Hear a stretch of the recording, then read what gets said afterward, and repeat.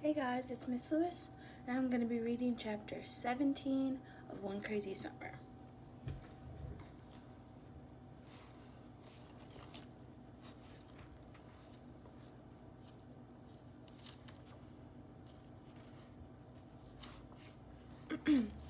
Chapter 17 starts on page 111, entitled China Who.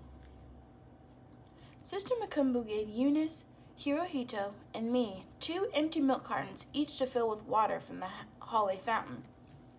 Today, our class was to take sponges that she and Sister Pat had cut up into different shapes and make printed designs on old t-shirts. We'd use red, black, and green paint, the same colors as the ink Cecile used for her poems and whatever flyers the Black Panthers asked her to print up. As Sister Makumbu readied the paints, I thought of all those colors, dripping and splattering on Vanetta and Fern's clothes, and having to scrub them without a washboard. "Don't start anything until I get back with the water," I told Fern. Fern seemed off in a world of her own. Sister Makumbu clapped her hands, pressing me to get going. Fern would be all right for 2 minutes without me. I followed Eunice and Hirohito with a mind to hurry back. I had to admit, I liked being seen as one of the classroom helpers. Vanetta and Janice were put out by the fact that they weren't asked to take a skip down the hall with Hirohito. They had both raised their hands to ask if they could help too. Although I didn't like Eunice much, we glanced at each other and knew the same thing. Our middle sisters were boy crazy for Hirohito. He was probably 12 or 13 and only saw Vanetta and Janice as pests he could both mess with and keep at a distance. Hirohito beat us to the fountain. As he filled up his cartons, I studied every feature of his face. I wanted to ask him how it felt to have slanted eyes, hair like pine needles, and coppery-colored skin. Which one was he more, Chinese or colored? If I were Vanetta, I would have at least asked him that, as much as she's always in his face. I would have asked him something interesting instead of, "Do you like short girls or tall girls?" I knew my curiosity didn't excuse my staring or wanting to pry. After all, I certainly didn't like questions about not having a mother. So I scolded myself good, while Hirohito filled up his second carton. I should keep my curiosity to myself. I should not stare at his long black eyelashes and coppery-colored skin. Besides, I couldn't go from planning to sock him to asking him about being a colored Chinese boy in one good blink. But before I had a chance to look away, he caught me staring at him. "What?" I gave it back. "Did I say something to you? Thank goodness you can't see cherries in a chocolate bar. I'd have been red-faced Rose if not for my Hershey brown complexion."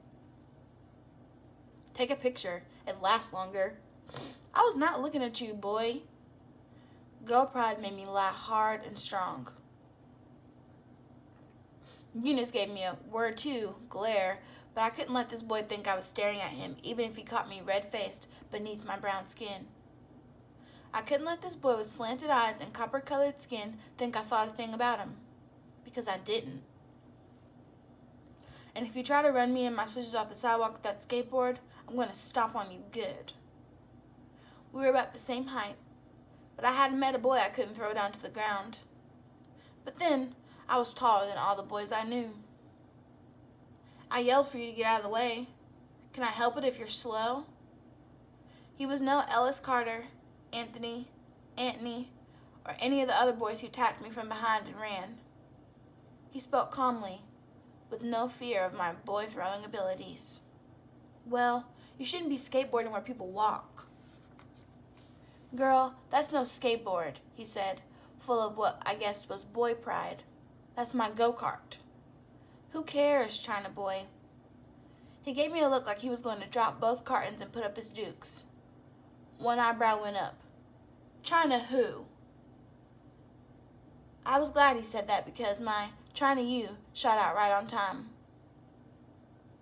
Eunice jumped in and said, "For your information, he's black and Japanese. Can't you tell the difference between a Japanese name and a Chinese name?" I didn't like having my ignorance shoved at me, especially by the likes of Eunice Ankton. But there I was, not knowing a half Chinese face from a half Japanese one. I wasn't about to get a better look so I'd know the difference. Looking at that stupid boy got me red-faced in the first place. The last thing I'd do was own up to my ignorance and then apologize. I turned to Eunice as if Hirohito weren't there. I don't care what he is. He just better watch out when he's riding that skateboard on the sidewalk.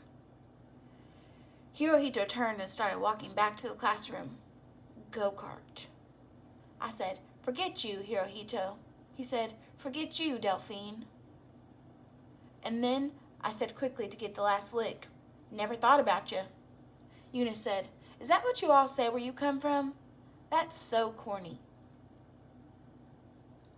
For Eunice's information, there was more to that rhyme. Swallow a snake, jump in the lake, come back home with a bellyache. It did sound corny, so I kept it to myself. I don't care. She walked ahead of me. If you knew about Hirohito and Brother Woods, you'd leave him alone. Then I got suckered into a schoolyard comeback I should have seen coming. What about Hirohito and Brother Woods? Wouldn't you know it, Eunice had hips. She made sure I knew that fact